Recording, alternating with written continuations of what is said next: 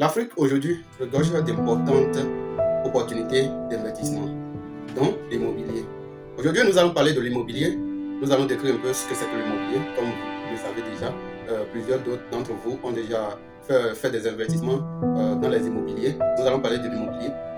Décrire les opportunités que vous pouvez avoir dans l'immobilier, ceux que vous connaissez déjà ou que vous ne connaissez pas encore. Je vais un peu mettre des accents sur certaines opportunités que vous pouvez exploiter si vous avez les moyens à votre disposition. Si c'est pour la première fois, vous êtes sur notre chaîne. Moi, mon nom c'est Cheikh Jabou. Je vous invite à vous abonner, à activer la cloche de notification pour ne pas rater les prochaines vidéos qui seront sur cette chaîne. On se retrouve après le générique.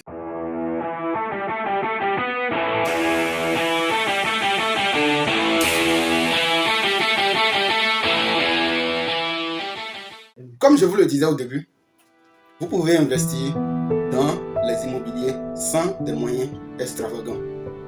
Je vous présente aujourd'hui 4 formes d'investissement dans les immobiliers. Le premier, je commence par les investissements dans les immobiliers agricoles. Vous pouvez investir dans les immobiliers agricoles. Aujourd'hui, en Afrique, la majeure partie des gens se contentent juste de l'investissement classique, c'est-à-dire acheter un terrain, construire dessus et puis mettre ça en location. C'est l'investissement que la majeure partie des gens font. Mais il y a d'autres formes d'investissement dans l'immobilier que nous pouvions faire, que toi aussi tu peux faire juste avec tes moyens.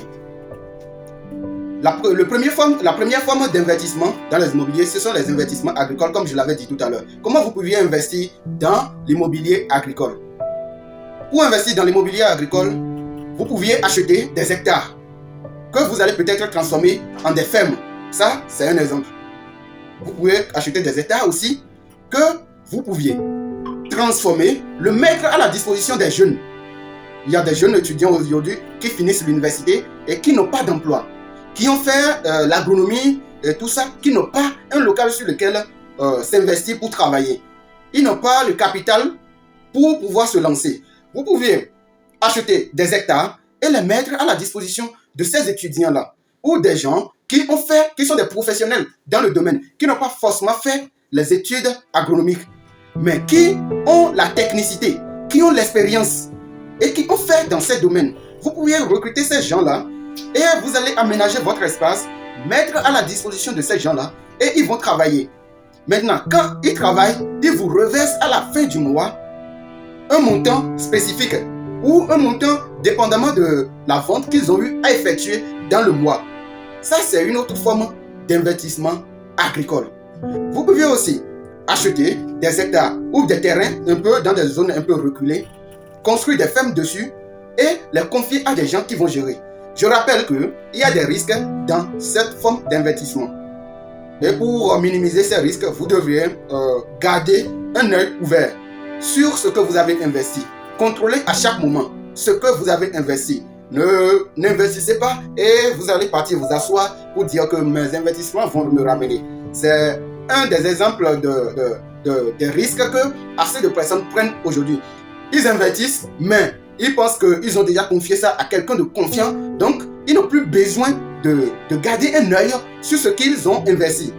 Et c'est après 1 an, c'est après 2 ans, c'est après 6 mois, c'est après des mois donnés qu'ils reviennent demander comment va mon investissement. Or que peut-être il faut suivre l'investissement chaque mois, chaque 3 semaines, chaque 2 mois.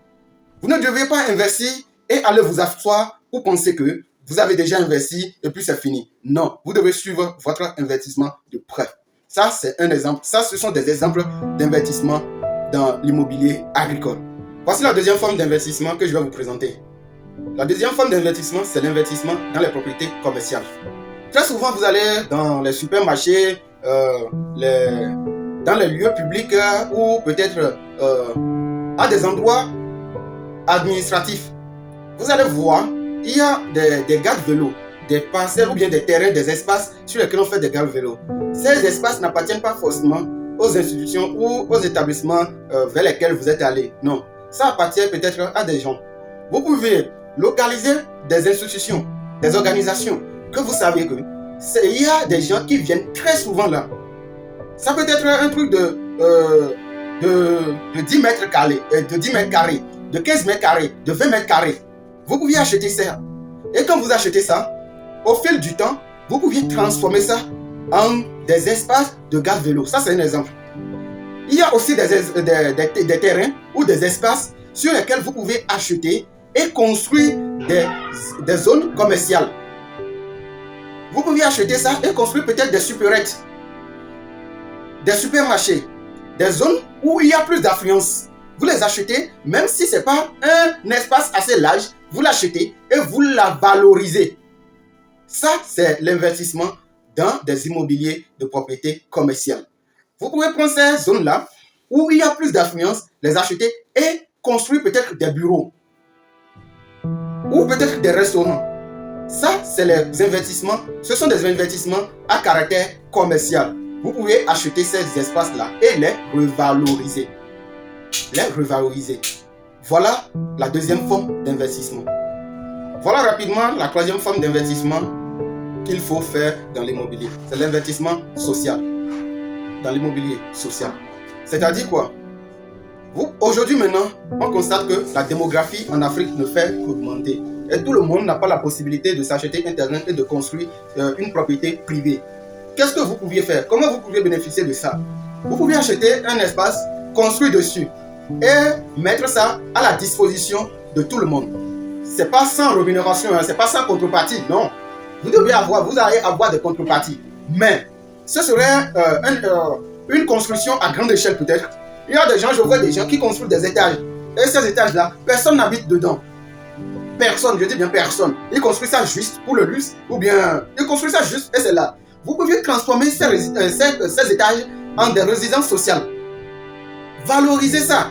Mettre ça, peut-être que ce ne serait pas quelque chose où ça va vous ramener des sommes exorbitantes, non.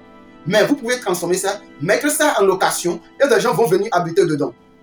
Aujourd'hui, si vous ne voulez pas investir forcément dans l'immobilier classique, il y a plusieurs moyens d'investir toujours dans l'immobilier et en bénéficier avec beaucoup de revenus. Les logements sociaux rapportent beaucoup. J'ai la chance de participer une fois à la rédaction d'un projet.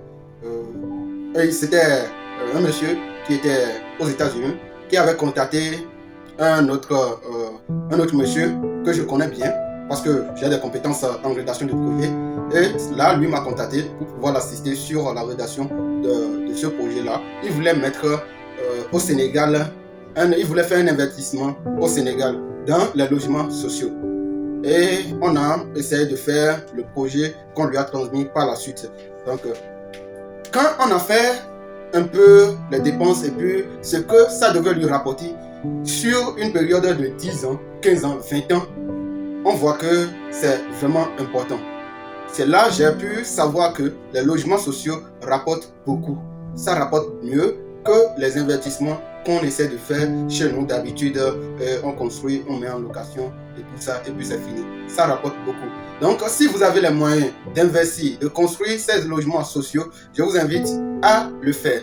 Mais d'abord, essayez de rédiger un projet en bonne et due forme avant de vous y lancer. Essayez de vous renseigner encore plus sur le milieu dans lequel vous voulez faire ça et lancez-vous. N'attendez pas, ne doutez pas. Si vous avez les moyens, prenez les bonnes informations et puis lancez-vous. Je pense que ça va réussir pour vous et vous allez gagner beaucoup dedans, tel que d'autres le font déjà. Parce que la majeure partie de ceux qui sont de la diaspora investissent beaucoup dans les logements sociaux. Ils ont compris ça. C'est ceux qui sont ici qui n'ont pas compris ça. Donc, je vous invite à investir si vous avez les moyens dans les logements sociaux. L'investissement social, ça rapporte beaucoup pour ceux qui le font. Donc, faites-le si vous avez la capacité. Quatrième et dernière forme d'investissement dans l'immobilier. Ce sont les investissements immobiliers dans les propriétés touristiques. Aujourd'hui, vu la démographie de l'Afrique, ça personne n'en disconvient. L'Afrique même est appelée à se moderniser. Et la modernisation passe forcément par le tourisme.